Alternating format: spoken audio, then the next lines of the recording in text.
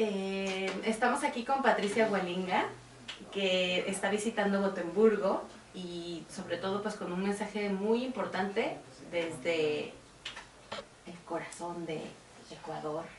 De la Amazonía. De la Amazonía del Ecuador. Sí. Hola Patricia. Hola.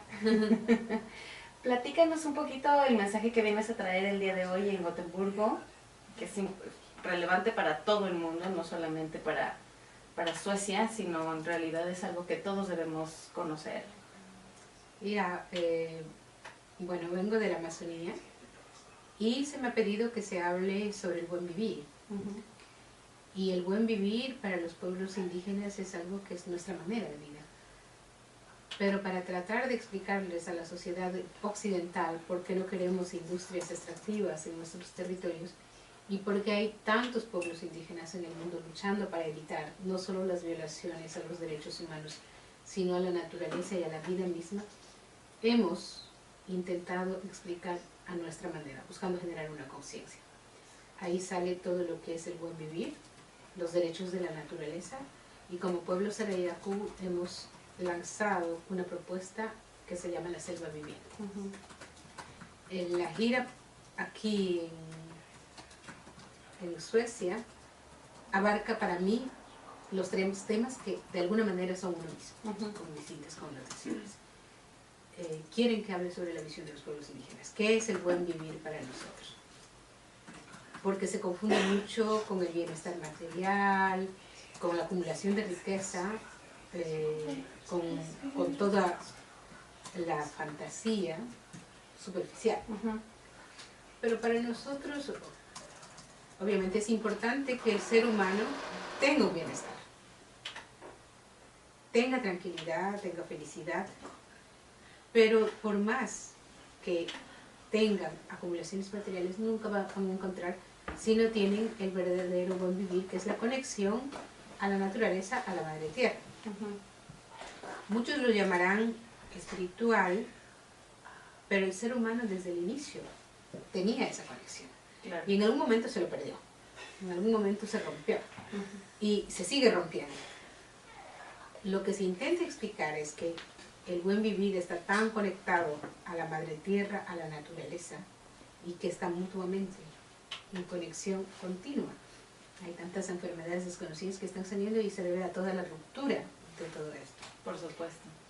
Entonces, nuestros gobiernos, que son extractivos, los gobiernos latinoamericanos, tratan de convencernos de que nosotros somos pobres, de que nosotros necesitamos mucha infraestructura, que necesitamos tener una calidad de vida, que necesitamos aprender de la sociedad occidental. Bajo este estándar, de alguna forma colonial que todavía vivimos, ¿no? Que es como que, bueno, si es dentro del marco del estándar occidental, entonces está muy bien, ¿no? Entonces, en la parte que ustedes vienen realmente como a mostrar es que no necesariamente esa visión es la más adecuada para todo el mundo, ¿no?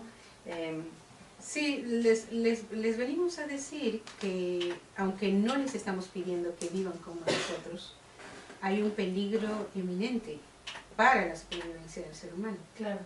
Y que no necesariamente la acumulación de riquezas genera felicidad. Y que los pueblos indígenas no tenemos ninguna pobreza. Lo que en la Amazonía, por ejemplo, por el calor, tengan casas de hojas, se cocine con leña, o los niños anden descalzos y salten al río. Significa que es el contexto que estamos viviendo. Claro, por supuesto. No que seamos pobres. El que usemos menos ropa dentro de nuestro contexto no significa que necesariamente estemos sufriendo de pobreza. Yo alguna vez discutía con un ejemplo, que el gobierno de ustedes son pobres, están sentados sobre la riqueza, no dejan de explotar los recursos, son un impedimento al desarrollo del país, son una piedra en el zapato. Entonces, obviamente con tantas acusaciones nosotros tenemos que responder de que, por supuesto, depende cómo veas la pobreza. ¿Quién es más feliz? ¿Si el indígena o el que vive en la gran ciudad, sobresaturado, con que si los que no tienen casa, con pagar el arriendo, la luz, el teléfono, los impuestos y todo, y al final del mes totalmente exhausto? ¿En qué momento tiene la oportunidad de conectarse? Claro. o el indígena que esté en el Amazonas o en un territorio vasto, limpio, sin químicos, comiendo comida orgánica, castrando el agua de los peces, cogiendo o de las montañas, recolectando frutos, y al final del día durmiendo tranquilamente y despertando. O sea, ¿en qué medida nosotros estamos hablando de qué es buen vivir? Y aprovechando además un poco vivir bajo este concepto de que lo que tienes es suficiente, de que usas los recursos que realmente necesitas y no más de los, porque dentro de esta acumulación de bienes que tú mencionas, pues claro, también tenemos hoy en el mundo una desproporcionada inequidad en donde hay mucha gente que acumula cosas y otra gente que se muere de hambre, ¿no? Entonces, de alguna forma, claro, tiene que haber un poco esta reflexión hacia la mesura también de las cosas que utilizamos, de las cosas que realmente podemos acumular y otras que no debemos acumular, que todo se mantiene en un equilibrio con los recursos que la madre naturaleza nos da. Sí, y además estar consciente que la energía que están utilizando muchas veces está provocando violaciones a derechos humanos. Por supuesto. En territorios de pueblos originarios. Por supuesto. Nosotros, por ejemplo, en Ecuador nos denominamos como pueblos de origen. Estuvimos ahí desde antes de todo, de todo esto. Entonces, la discusión del buen vivir pasa netamente por la resistencia de los pueblos indígenas para que existan los bosques primarios, donde nosotros tenemos 135.000 hectáreas, de las cuales el 96% es bosque primario. Y ahí entra lo que muchos dicen la parte que lo denominan como espiritual, y podría decirse así, que es nuestra manera de vida, de cómo relacionarnos con la naturaleza, con la madre tierra, las cosas que son parte de nuestro hábitat y que somos nosotros mismos, de alguna manera. Y como pueblo saraiyaco hemos dicho, bueno, hemos tratado de explicar el buen vivir, que el buen vivir netamente tiene que pasar con el equilibrio espiritual natural, que no solo tiene que ver con los recursos materiales o con el desapego total, pero después pensamos, el buen vivir lo utilizan tantos gobiernos y ahorita ya es un caos el concepto. El buen vivir de la margarina, el buen vivir de la pizza o cosas así, se ha prostituido el concepto del buen vivir de alguna manera, porque ya lo utiliza todo el mundo. Sí, para obedecer a ciertos estándares del mercado, que es lo que ahora está regulando de alguna forma, ¿no? Las políticas, la forma de que la gente se conecta, o sea, la forma en que socializamos, todo está regulado de alguna forma por ese mercado que pone algunos valores, ¿no? En dinero, desafortunadamente. Sí, y por ejemplo, como constituciones como la del Ecuador o de aprueban los derechos de la naturaleza, que para nosotros es muy normal. La naturaleza tiene derechos por sí misma y hemos respetado esa forma de la naturaleza, no cazamos en exceso, con mucho respeto cuando recogemos los peces, las plantas, no nos burlamos ni tratamos de entender que la planta es viva, que no se le puede golpear, que hay que pedirle permiso, que hay que caminar esto, que hay que utilizar lo necesario del bosque. Ahora, la Constitución, para tratar de darle una idea a la sociedad que no entiende, aprobamos los derechos de la naturaleza. No porque los pueblos indígenas necesitamos otorgarle derechos a la naturaleza, sino porque la naturaleza para nosotros ya tenía derechos mucho más allá de nuestra.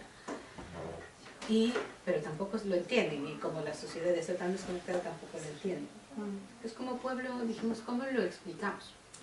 ¿Cómo llegamos al corazón de esta gente que no entiende, al corazón de los gobiernos tomadores de decisión, a la conciencia mundial? Porque no, y de los países como este, que de alguna forma están invirtiendo fondos de pensiones, ¿no? Fondos de grandes empresas para ir a hacer esos proyectos extractivos en otro país, en este caso en tu país o en mi país, no sé qué. sí. Ese es el problema, que nuestros gobiernos les permiten a ellos llegar con esos proyectos y a quienes se llevan, ahora sí que entre las patas, como dicen, pues son a los pueblos originarios, ¿no? Esa es la parte que siempre la gente que vive en estos países no lo ve, ¿no?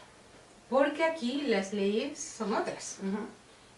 Las empresas o las inversiones de países como Suecia, su comportamiento en el tema de derechos cambia completamente si va, por ejemplo, una minera a Ecuador.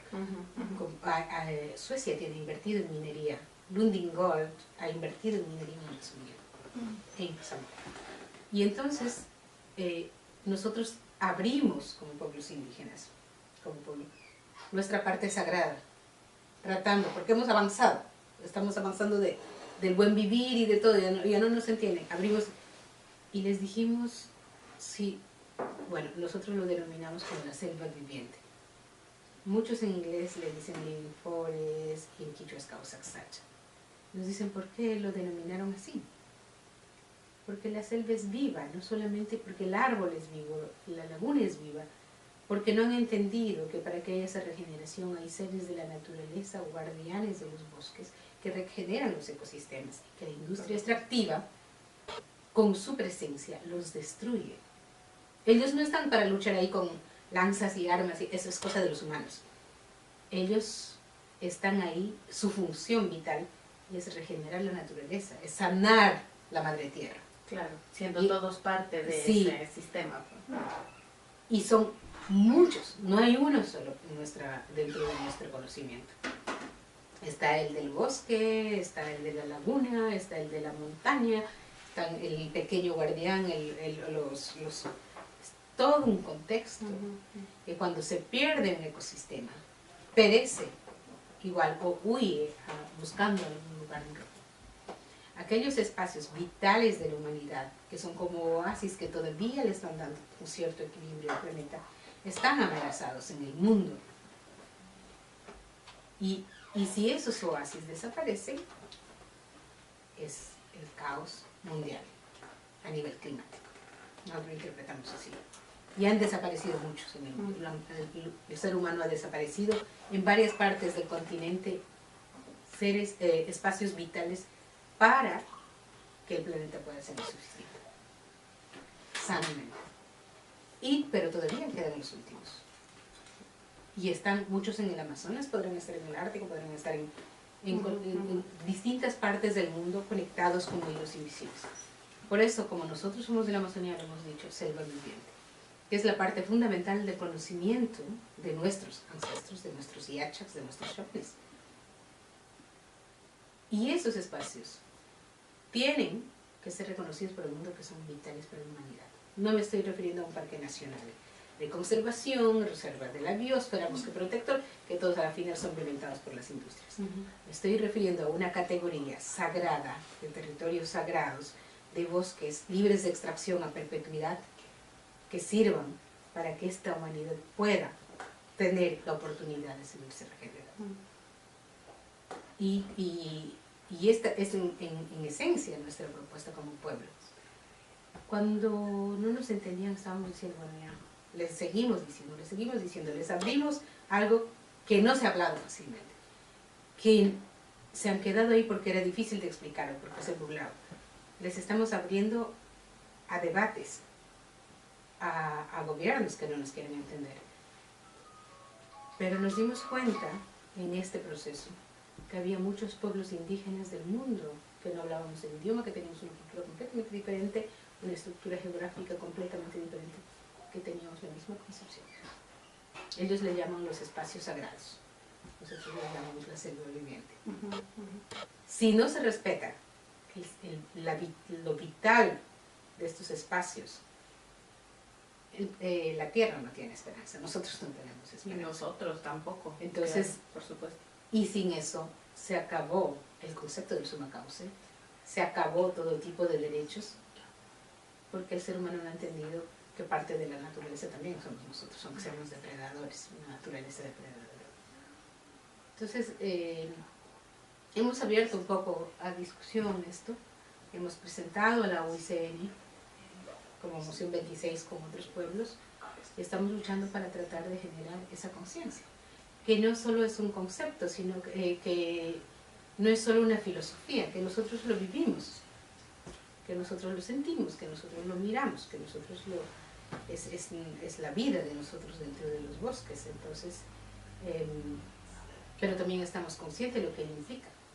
Implica un cambio profundo dentro del pensamiento del ser humano en las decisiones políticas, en las ciencias naturales. Y en el sistema económico, En el sistema totalmente. económico, en lo social.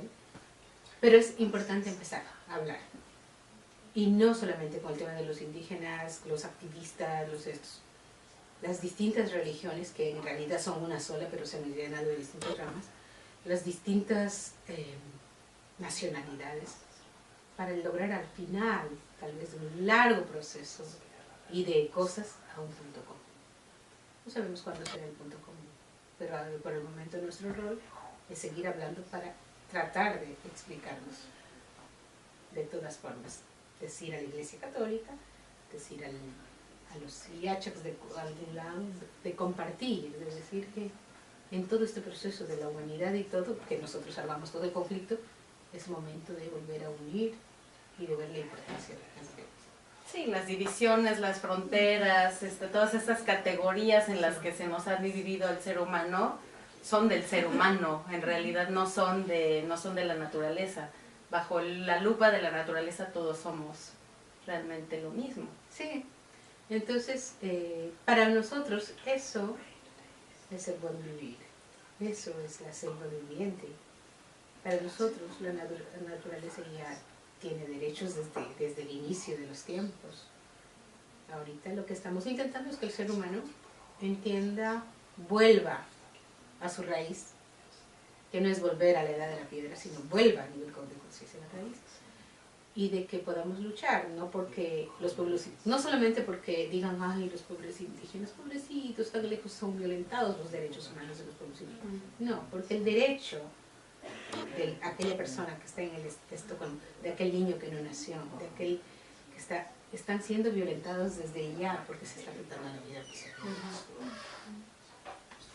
Entonces ya no es una lucha de Patricia Hualinga o del pueblo Sarayaku o de los pueblos zapatistas o de Bolivia, es una lucha de todos, no se salva nadie, no tiene por qué descuidarse nadie, es una lucha de los altos, de los que tienen plata, de todos, porque es una lucha, una sola lucha, y es una lucha con nosotros mismos, o sea, es una lucha para nosotros cambiar. Por supuesto.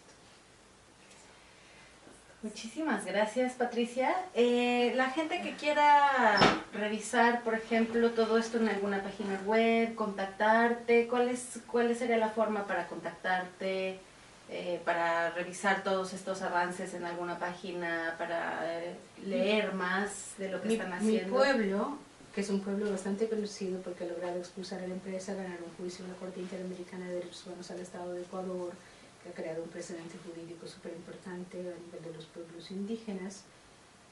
Tiene una página web, está moviéndose también en los medios sociales. Entonces pueden buscarlo como sarayaku.org, ahí en la página web, o buscarnos por nuestros nombres, o poner Sarayaku y ver todos los videos en YouTube de resistencias, de luchas, de canto, de todo. Tenemos harto para compartir, aprovechando que el internet está a disposición de Claro. y que nos podemos conectarnos, Por supuesto. utilizando alguna parte positiva. Pues muchas gracias y muy buena suerte el día de hoy en tu charla. Gracias. En Gotemburgo. Muchas gracias.